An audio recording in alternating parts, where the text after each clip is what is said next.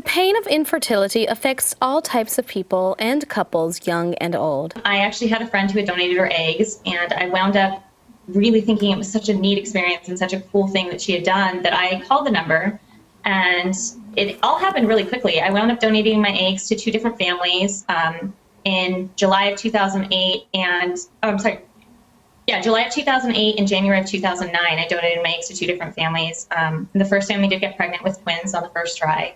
The second family never conceived. And the strange thing that happened was I felt so connected to these families that I really knew nothing about. The egg donation process is very anonymous, but I was incredibly invested in their cycles. I was incredibly invested in them having good outcomes. And in fact, when the second family didn't conceive, I was heartbroken for them. Not having any idea or realizing that I would ever have fertility issues on my own. Everything I went through, every test I went through came up clean. I was good to go. I was healthy. They told me I was perfect reproductive state.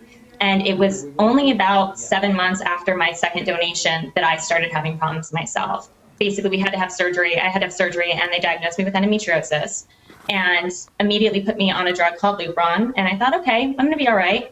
And about 3 or 4 months later, I started having issues again, and I needed surgery again. Went in for my second surgery, and at that point, they said I had stage 4 endometriosis, and if I wanted to get pregnant, it was a now or never scenario. And I felt so lost. I was single at the time. I'd been dating, but there wasn't anyone in my life that I saw my forever with. I knew I'd always wanted to be a mom, but doing it on my own had never been the plan. And all my friends were married and they were having kids, and I felt like none of them could relate to what I was going through. And I went through 2 rounds of IVF in July and November of 2010, and both rounds failed. And again, it was probably the most devastating thing I've ever gone through. I've always considered myself really strong and really independent, and I can handle anything on my own. And going through those failures on my own really taught me that I may not be as strong as I think I am, because it was incredibly painful. It's a 50-50 shot. You're pretty much tossing a coin.